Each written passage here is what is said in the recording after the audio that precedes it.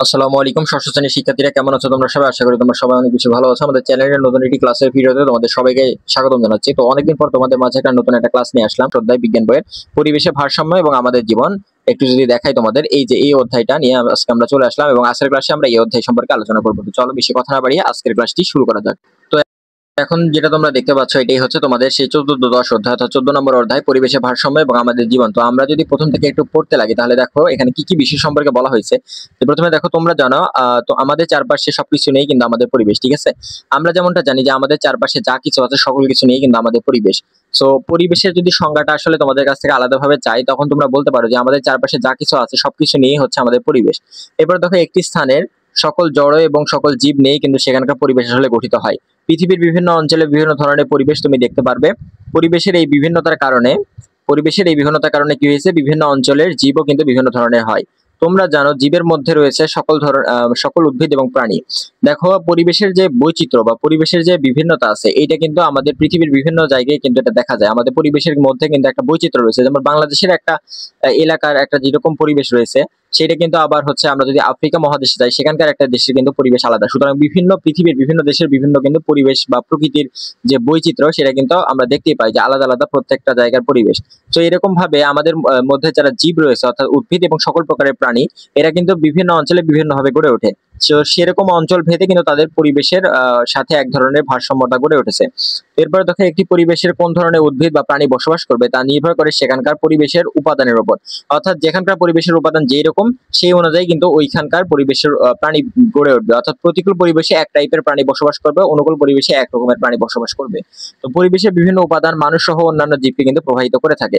তো এটা তো আমরা জানি, যদি আমরা আরো নিচে বিস্তারিত ভাবে পড়তে যাই তাহলে বুঝতে পারবো। দেখো এই অধ্যায় শেষে আমরা যেগুলো বিষয় সম্পর্কে জানতে পারবো সেগুলো যদি আমরা একটু দেখি, তাহলে দেখো 1 নম্বর হচ্ছে প্রাকৃতিক পরিবেশ আমরা ব্যাখ্যা করতে পারবো, পরিবেশের উপাদান সমূহ ব্যাখ্যা করতে পারবো, পরিবেশের ভারসাম্য রক্ষায় পরিবেশের উপাদান সমূহের আন্তঃসম্পর্ক ব্যাখ্যা করতে পারবো, এবং সর্বশেষ পরিবেশের উপাদান সমূহের সংরক্ষণের যে কৌশলটা আছে ওইটা কিন্তু আমরা ব্যাখ্যা করতে পারবো। তো এই বিষয়গুলো কিন্তু এই অধ্যায়টা পড়ে আমরা জানতে পারবো। তো পার্ট 1 থেকে যদি আমরা স্টার্ট করি, তাহলে প্রাকৃতিক পরিবেশ পার্ট 1 এখানে দেওয়া হয়েছে। দেখো আমাদের চারিপাশে পরিবেশ লক্ষ্য করা, আমাদের চারিপাশে আমরা যদি পরিবেশ লক্ষ্য করি তাহলে কিন্তু বিভিন্ন টাইপের বা বিভিন্ন ক্যাটাগরির কিন্তু আমরা পরিবেশ দেখতে পারবো। দেখো যে দেখবে পরিবেশের কিছু জিনিস মানুষ তৈরি করেছে, ঠিক আছে। সো মানুষ যেগুলো পরিবেশের জিনিস তৈরি করছে, যেমন বাড়ি ঘর, দালান কোঠা, তারপর হচ্ছে বিদ্যালয়, রাস্তাঘাট, এই টাইপের যে বিষয়গুলো আছে এগুলো কিন্তু পরিবেশের উপাদান যা কিন্তু মানুষ সৃষ্টি করেছে।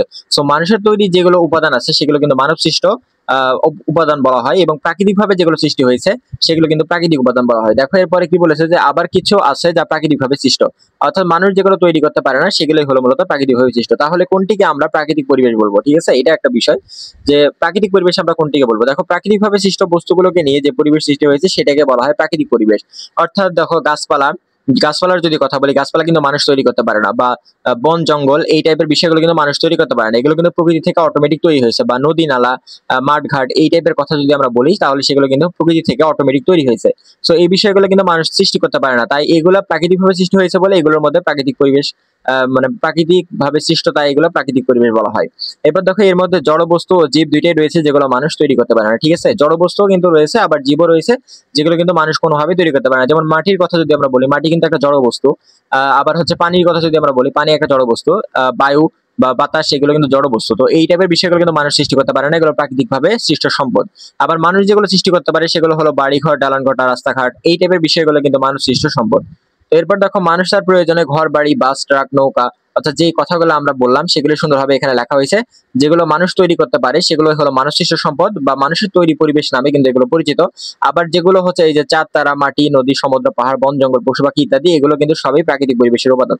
সো এগুলো যেহেতু মানুষ তৈরি করতে পারে না, সো এগুলো হচ্ছে যে প্রাকৃতিক পরিবেশের উপাদান। তো এখান থেকে তোমাদের একটা কাজ হয়েছে, তোমরা যদি উপরের পড়াটা ভালোভাবে রিডিং করতে পারো তাহলে কিন্তু এই কাজের অ্যান্সারটা তোমরা নিজেরাই কিন্তু বুঝতে পারবে, বা উপরের যে আমরা পড়াগুলো পড়লাম সেটার আলোকে তোমার নিজের ব্যক্তিগত পরিবেশ বা প্রাকৃতিক পরিবেশ বা তুমি যে পরিবেশে বসবাস করো তার আশেপাশে পরিবেশের আঙ্গিকে কিন্তু তুমি নিজেই ভালোভাবে এই কাজটা কমপ্লিট করতে পারবে। তো এরপর যদি আমরা পরবর্তী জায়গায় চলে যাই, দেখো এখানে সুন্দরভাবে দুইটা চিত্র দেখানো হয়েছে। প্রথম যে চিত্রটা দেওয়া হয়েছে সেটা কিন্তু একটা মানব সৃষ্ট সম্পদের বা মানুষের তৈরি পরিবেশের একটা উদাহরণ, যেখানে হচ্ছে দালানের একটা সুন্দর চিত্র দেখানো হয়েছে, তারপর গাড়ি, রাস্তাঘাট, হাসপাতাল ইত্যাদির এক ধরনের চিত্র দেখানো হয়েছে। তো এই বিষয়গুলো কিন্তু মানুষের তৈরি বা মানুষ এগুলোকে সৃষ্টি করেছে। আর এরপরে এর পাশে যে চিত্রটা দেখানো হয়েছে যেমন পাহাড় পর্বত নদী নালা গাছপালা, তো এই বিষয়গুলো কিন্তু মানুষেরা তৈরি করতে পারে না। তো এইগুলো কিন্তু প্রাকৃতিকভাবে সৃষ্ট সম্পদ বা প্রাকৃতিক পরিবেশের উদাহরণ। তো দুইটা চিত্র দেখানো হয়েছে, মানুষের তৈরি পরিবেশ এবং প্রাকৃতিক পরিবেশ।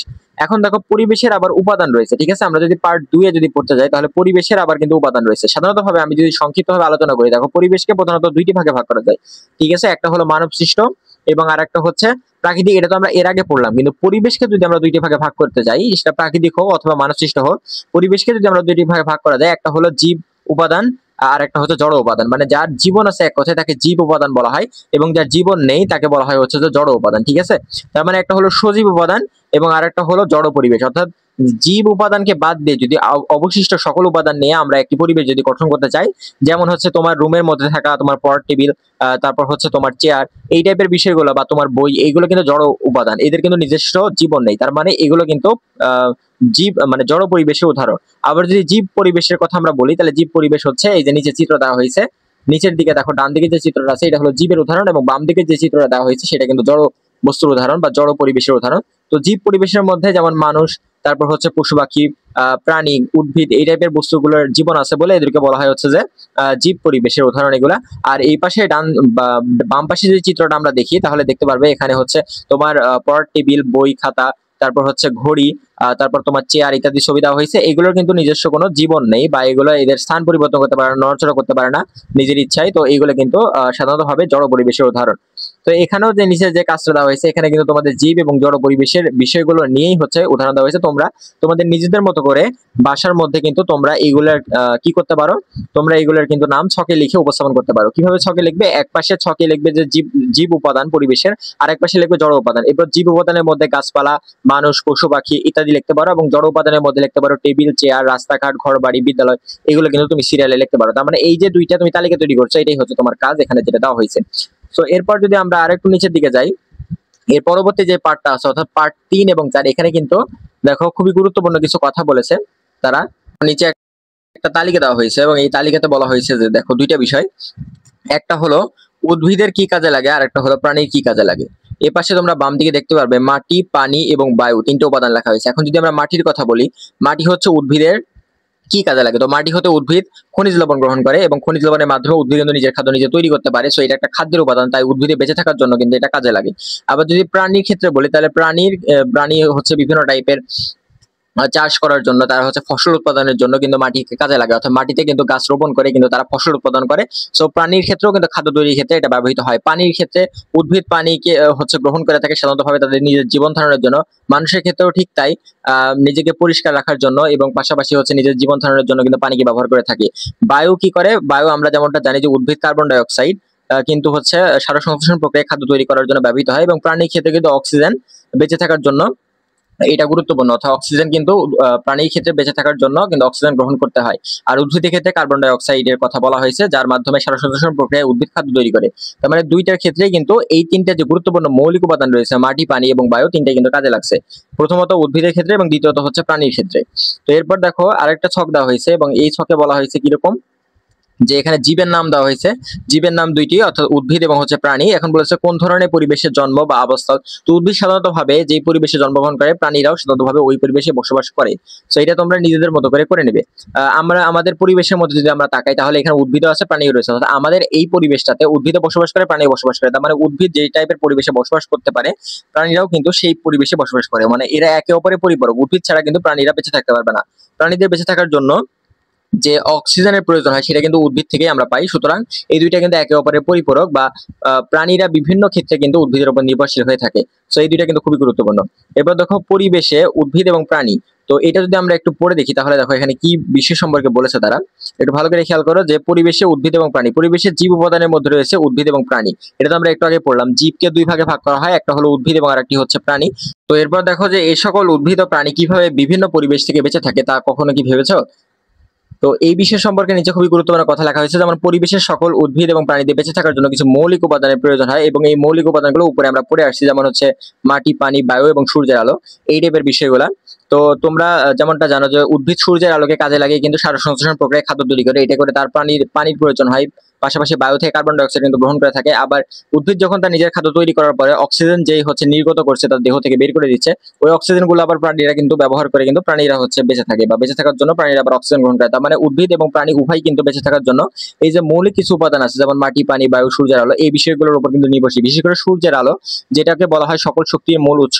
সো এই টাইপের বিষয়গুলো কিন্তু মানে উদ্ভিদ এবং প্রাণী উভয় কিন্তু এই মৌলিক উপাদানের উপর নির্ভরশীল। নিচের এই বিষয়গুলো তোমরা রিডিং পড়লে এই বিষয় সম্পর্কে জানতে পারবে।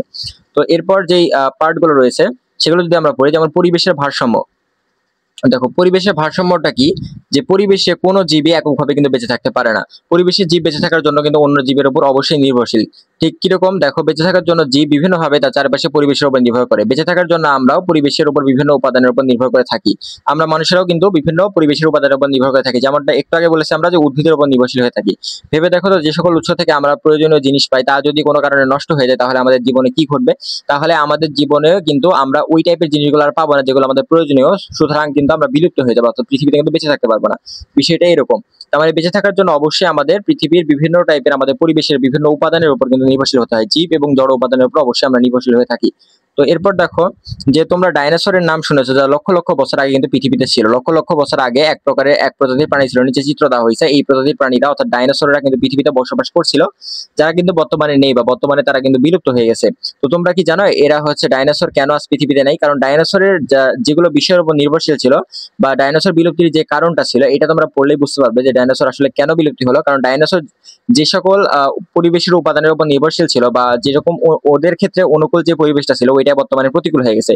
তার মানে ডাইনোসররা যেই টাইপের পৃথিবীতে বসবাস করতো, ওই পৃথিবীর যে আবহাওয়া বা ওই সময়কার যে পরিবেশটা ছিল তা বর্তমানে বিলুপ্ত হয়ে গেছে। এই কারণে কিন্তু ডাইনোসররাও যুগের সাথে তাল মিলিয়ে তারা বেঁচে থাকতে পারেনি, তারাও কিন্তু মারা গেছে এবং পৃথিবী থেকে ধীরে ধীরে বিলুপ্ত হয়ে গেছে বা হারিয়ে গেছে। তো এই টাইপের তোমরা যদি নিচের এই পড়াগুলো রিডিং পড়তে পারো ভালোভাবে, তাহলে কিন্তু এখানে বুঝতে পারবে যে কোনো কারণে বিজ্ঞানীরা ধারণা যে ডাইনোসর যখন পৃথিবীতে ছিল তখন পৃথিবী অনেক গরম ছিল, এবং ডাইনোসরের সাধারণতভাবে গরম বা উত্তপ্ত পৃথিবীতে বসবাস করতে পারতো। তাদের জন্য এই পরিবেশটাই ছিল তাদের ক্ষেত্রে অনুকূল বা ভালো শান্তিময় পরিবেশ, যেটার মাধ্যমে তারা বেঁচে থাকতে পারতো। কিন্তু ধীরে ধীরে পৃথিবী অনেক ঠান্ডা হয়ে যায়। ঠান্ডা পরিবেশ যেমন বর্তমানে আমাদের জন্য এটা নাতিশীতোষ্ণ পরিবেশ, বা না শীত না গরম, এই টাইপের পরিবেশ আমাদের জন্য অনেক বেশি ভালো। কিন্তু ডাইনোসর এই টাইপের পরিবেশ সহ্য করতে পারবে না, তাদের জন্য উত্তপ্ত বা গরম পৃথিবী কিন্তু প্রয়োজন। সো ওই টাইপের পরিবেশ বর্তমানে এক্সিস্ট করে না বলে কিন্তু তারাও পৃথিবীতে এক্সিস্ট মানে করতে পারেনি, বা তারা বিলুপ্ত হয়ে গেছে। তো বিষয়টা এরকম যে ঠান্ডা পরিবেশে কিন্তু, বা ঠান্ডা সইতে না পারে কিন্তু তারা সবাই মারা যায়। তো নিচের গুলো তোমরা নিজেদের মতো করে এখানে রিডিং করবে। এরপর দেখো পার্ট 7 এবং 8 সম্পর্কে কি বলেছে, যে পরিবেশের উপাদানের আন্তঃসম্পর্ক এবং পারস্পরিক নির্ভরশীলতা। এটা সাধারণত প্রশ্ন আসে তোমাদের হচ্ছে ঘ নম্বরে বা বাস্তুতন্ত্র থেকে, বিশেষ করে সৃজনশীল প্রশ্নের ঘ নম্বরে এখান থেকে প্রশ্ন আছে। সুতরাং এটা পুরোটাই তোমার হচ্ছে রিডিং করবে, যে পরিবেশের উপর হচ্ছে উপাদানের আন্তঃসম্পর্ক এবং পারস্পরিক নির্ভরতা এই বিষয়টা যদি একটু করতে চাই তাহলে দেখতে পারবে যে এখানে কি বলা হয়েছে, যে পরিবেশের সকল অজীব এবং জড় উপাদানের সাথে জীব উপাদানের সবসময় পারস্পরিক এক ধরনের ক্রিয়া আদান প্রদান চলছে। এমনকি জীব পরিবেশের যে উদ্ভিদ এবং প্রাণী রয়েছে তাদের মধ্যেও চলছে এই ক্রিয়া বা প্রতিক্রিয়া। তো বেঁচে থাকার জন্য এরা একে অপরের উপর নানাভাবে নির্ভরশীল হয়ে থাকে। কোন অঞ্চলে জীব উপাদান এবং জড় উপাদানের নির্ভরশীলতা এক ধরনের বাস্তুতন্ত্র বা ইকোসিস্টেম বলা হয়।